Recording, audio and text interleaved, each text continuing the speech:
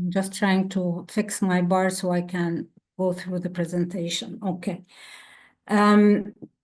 With less involvement as technical assistants or in global fund strategic planning or oversight meetings.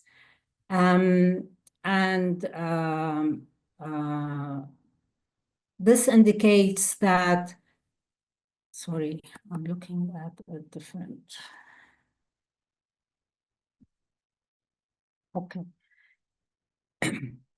Less participation was indicated as CCM members or member of an oversight committee or observer of the CCM. This is very important to note because we have the limited presence of CCM structures in the MENA region, and that explains the results why most of them were engaged as sub-recipients or principal recipients compared to being members on the CCM. When asked in what capacity or in how were they engaged, again, significant proportion were involved in the National Strategic Plan, participated in the country dialogue or meeting organized by the CCM or the principal recipients, but little or lower participation was actually noted in oversight meetings, technical assistance, and global fund strategic planning. And this indicates it's one of the two. It's either that the respondents didn't have the capacity to engage in more complicated processes, or there was a gap in the inclusion of these people in more complicated funding processes like the oversight and the strategic planning. So this is something that we need to look into because this is where the gap is so far. Then when we ask them to what extent they are familiar with global fund processes, almost a third of the respondents were either moderately familiar or slightly familiar, which shows that there is some kind of a gap in the level of awareness about global fund processes. And we need to focus on this. Actually, the key informant interviews also supported these findings by indicating most of the key informant interviewees. They pointed out that the global fund processes are time-consuming to learn about them. It's time-consuming to learn about them, so we are more on the ground, and that's why people or communities tend to be moderately familiar about global fund processes than extremely familiar about global fund processes.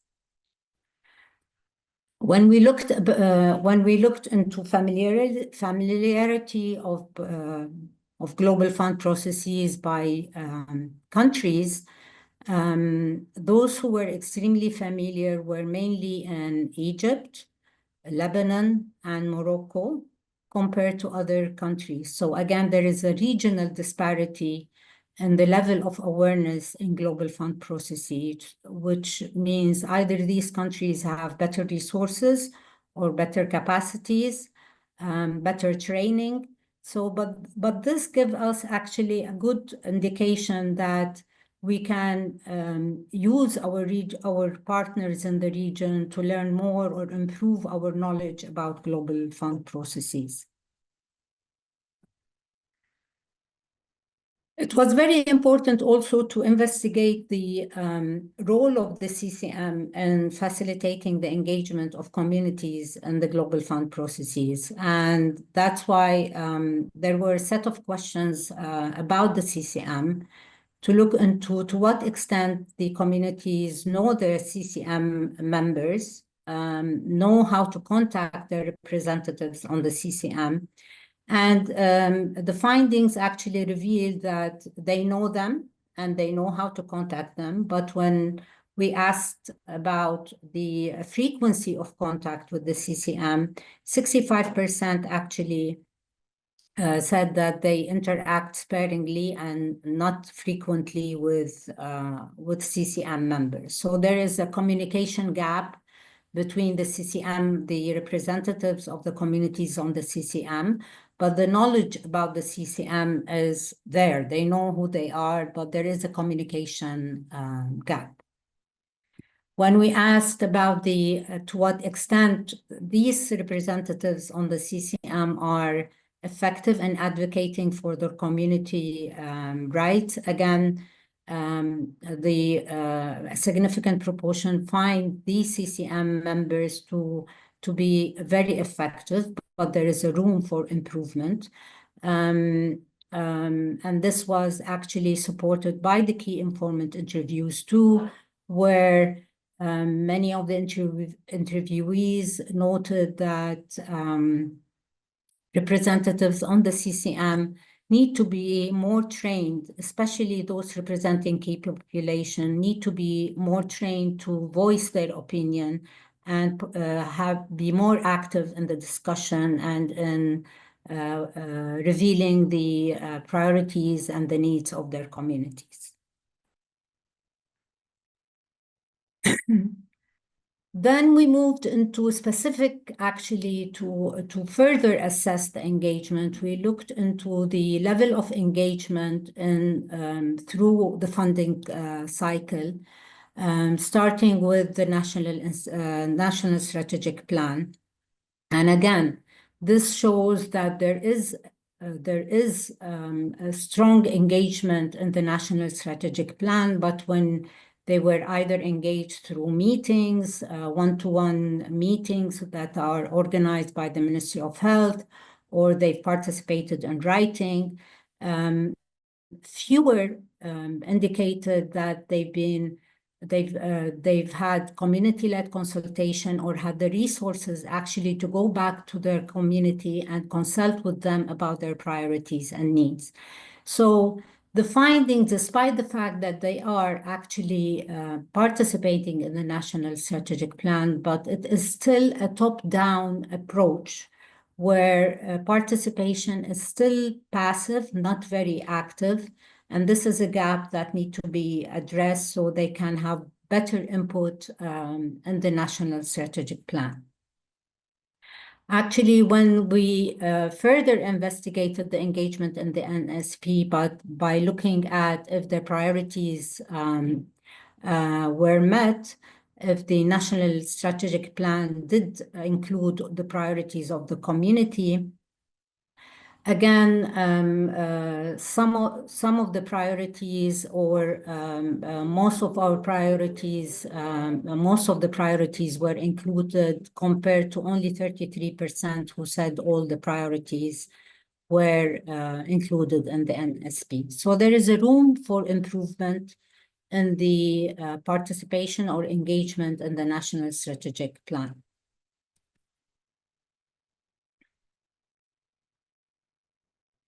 Again, we looked into the participation in the country dialogue, and the respondents indicated that there is kind of participation and engagement in the country dialogue. They either attended or they were informed by the CCM or the principal recipient, or they've participated actually in preparing for the country dialogue. But they had very few indicated that they had the opportunity to voice their opinion in the country dialogue. And this again indicates there is a level of engagement in the country dialogue, but again, the kind of engagement is not actually very active. It's more of a passive engagement because they didn't have the opportunity to voice their opinion in the country dialogue, or 14% who didn't participate at all. And this was actually reflected in the their satisfaction with the inclusion of community perspective in the country dialogue. Again, the majority were moderately satisfied or slightly satisfied. Actually, none reported that they are extremely satisfied with if their priorities were included in the country dialogue.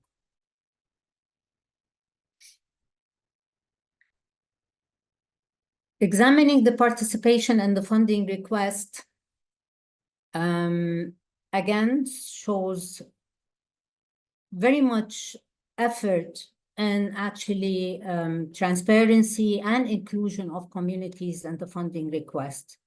And the respondents noted the importance of the CCM and facilitating the engagement of communities in the funding request. And it also showed that they had the opportunity to review and comment on the funding request. But again, you can see from the 9% that priorities from communities were given only 9% indicated that their priorities were given due recognition during the writing process. So people are participating, communities are participating, but they are not having actually the opportunity to give strong input or strong feedback in the funding request or in the writing process. And these are the gaps that needs to be addressed to improve engagement.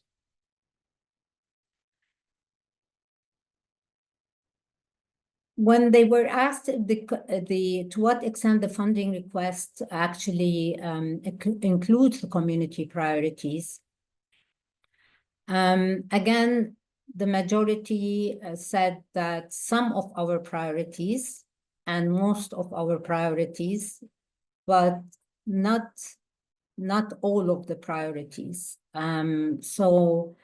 And another 19% indicated it include our priorities.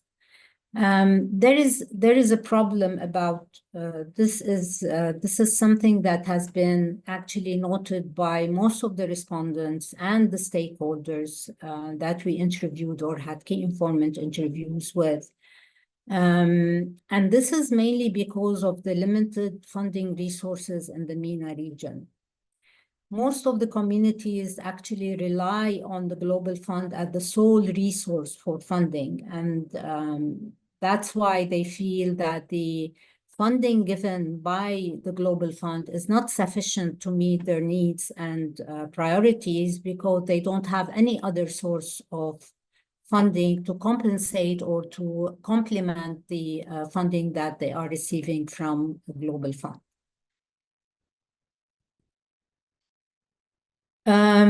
Another gap that was actually noted or revealed during the study is that despite the effort to engage communities, there are still major deficiency in sharing information, important information with the communities.